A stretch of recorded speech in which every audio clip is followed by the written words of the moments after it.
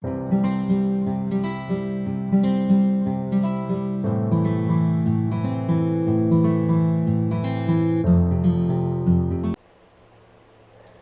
day to everyone. Welcome once again sa ating programa, Message of Hope. This is designed to reach out those who are weary, those who are down in their spiritual lives, those who are down in their emotional aspect. Itong mga salita na ito ay nanggagaling insight sa banal na kasulatan. We are publicly reaching out to those who are in need. Kaya ang ating pag-uusapan ngayon ay first thing first, no?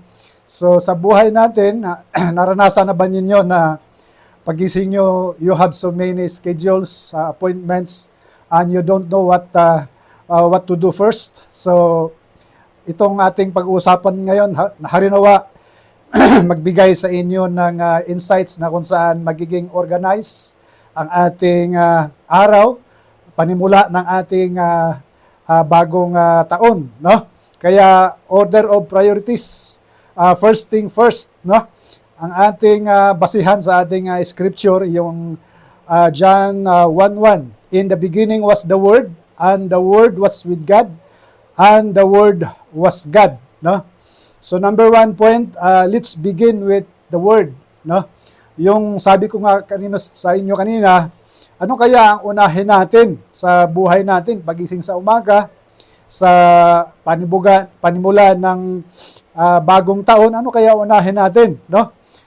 Kung ating pag-iisipan, pagbulay-bulayan natin yung verse na ating binasa ngayon sa John 1:1, in the beginning was the Word, and the Word was with God, and the Word was God, no?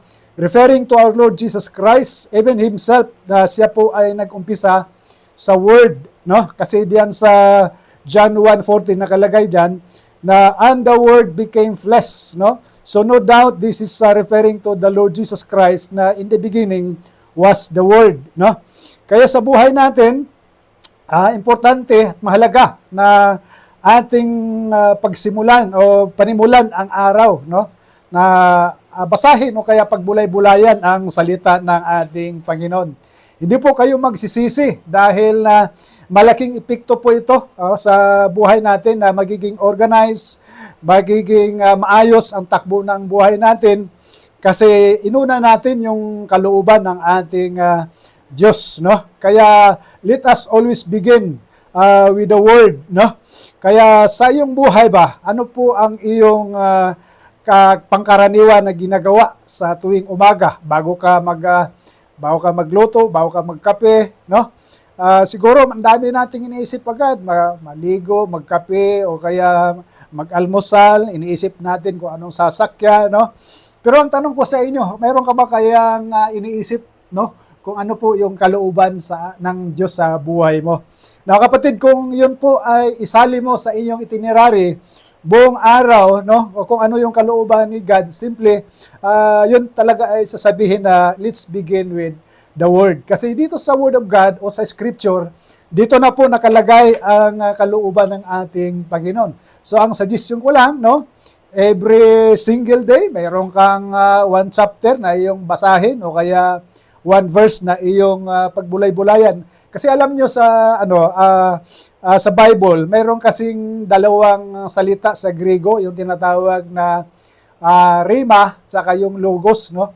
Yung logos, yung sinasabi na written word of God, yun yung Bible na nakasulat, no?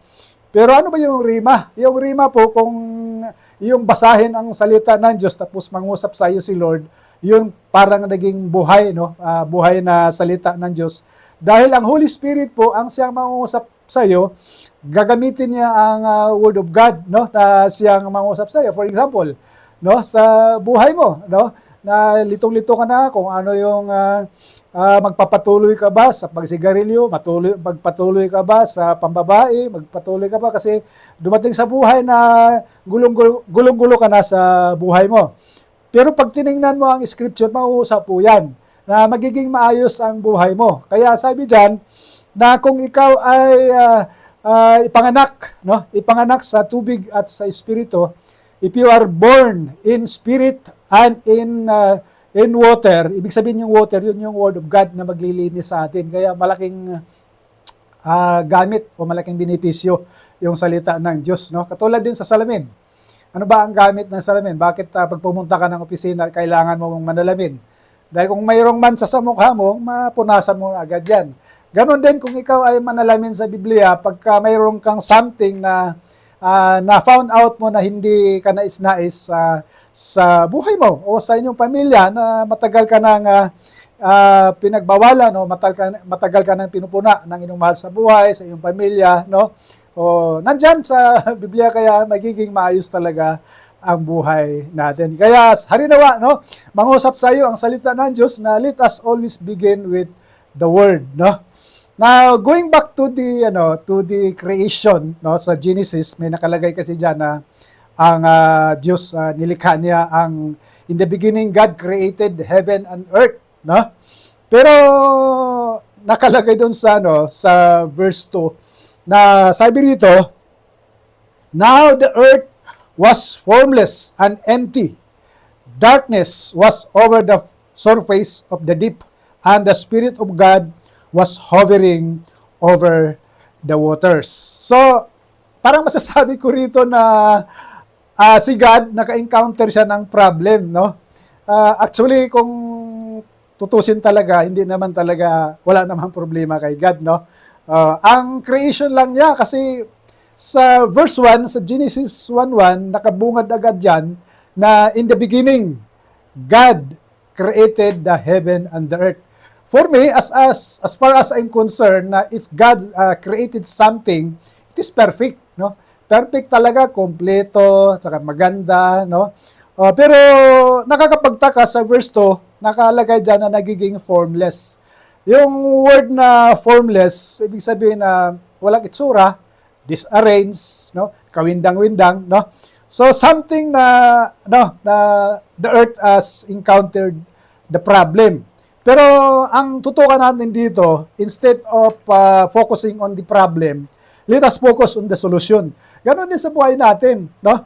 Pag ikaw ay you are succumb to the masasabi natin na nakawindang-windang na ang buhay o mahal mo sa buhay na masyado ng pasaway, instead of focusing the problem o ano yung root cause, ano yung mga problema, i-focus mo yung solusyon.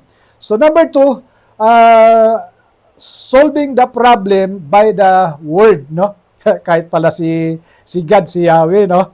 Ang pag-address niya doon sa formless, empty, and dark world, no? Ay gumamit siya ng salita, no? Kasi kung maalala mo sa verse 2, sa verse 3, sabi ni God, no? Let there be light, no? So, paano sinolve niya yung darkness, no? Itong darkness kasi, pag sinabing darkness, no, you can just imagine kung nandiyan ka sa kwarto o sa silid na madilim, no, walang ilaw. So, anong mafe-feel mo? So, hindi ka confident, minsan baka makakaapa ka ng mga matatalas, halimbawa, pako, tamtax, no? So, hindi mo rin alam kung makakapain mo pa yung switch. So, totally darkness, no?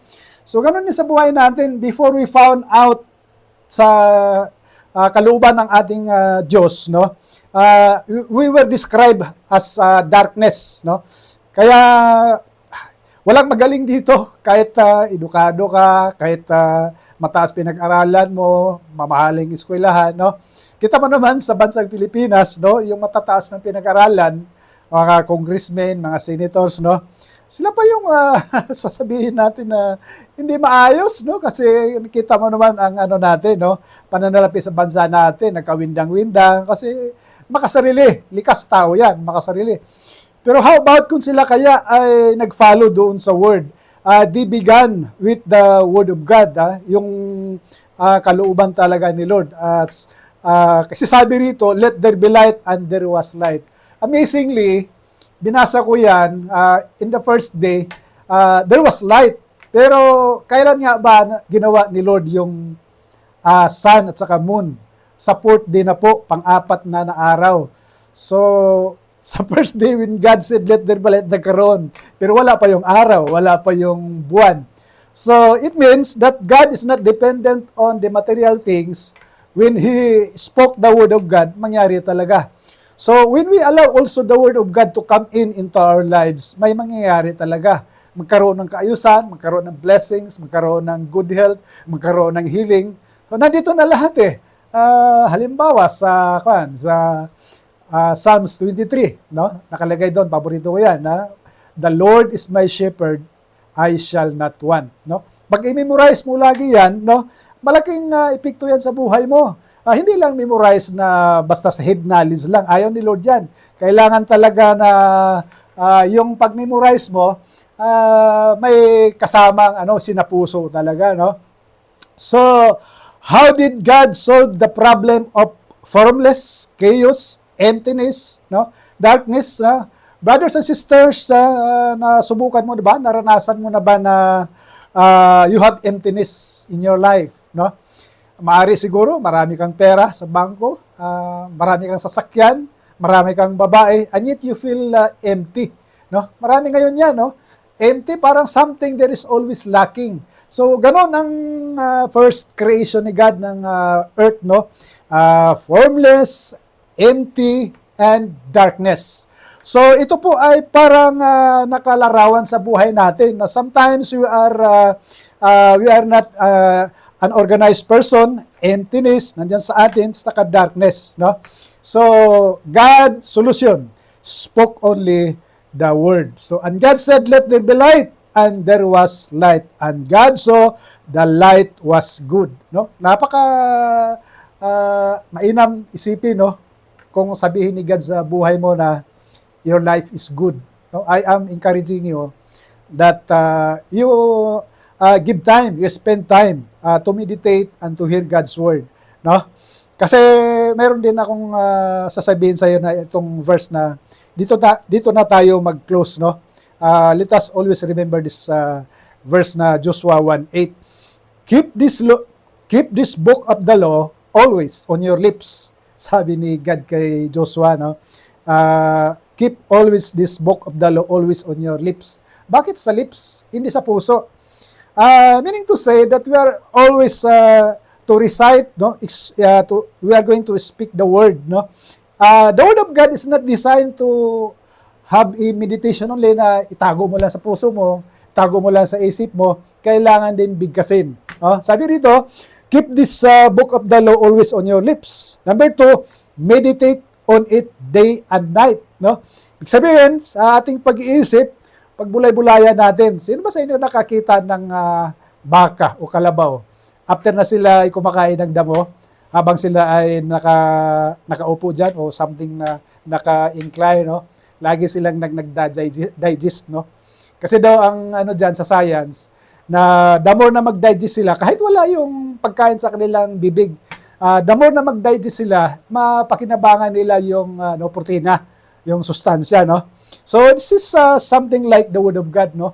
Parang sinisimbolize din dito na kung i-digest natin na maigi ang Word of God. Ang sabi rito, anong benefits? So that you may be careful to do everything written in it, then you will be prosperous and successful. Kapatid, successful ka na ba? O matagal-tagal lang marami kang inaasam-asam na pangarap na those dreams have not been realized, no? Baka may kulang, no? Baka ito yung kulang, no? You have to meditate the word of the book of the law in your lips. Meditate on that day and night so that you may be careful to do everything and you will be prosperous and successful, no? So, dito lang po ako nagtatapos. Harinawa, kahit pa paano, something na nag-arise sa inyong puso na kung ikaw may discouraged na, hopeless na, magkaroon ka ng inspirasyon na mabuhay ulit.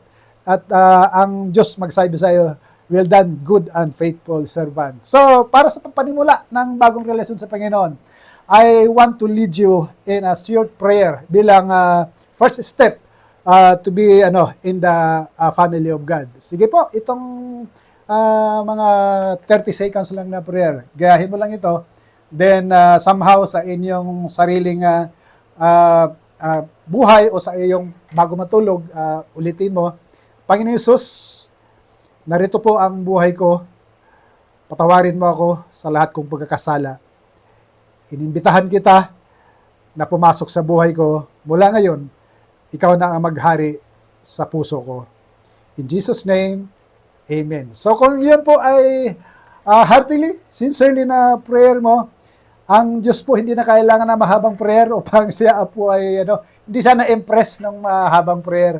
Short prayer lang, direct to God, at sigurado na ang Diyos nakikinig sa iyo. Kaya kung ikaw ay gusto mong mag-participate, you can comments, mag-like lang, mag-subscribe, nang sa ganon, by the time na magkaroon tayo ng bagong upload, isa ka sa mabiyayaan. So God bless!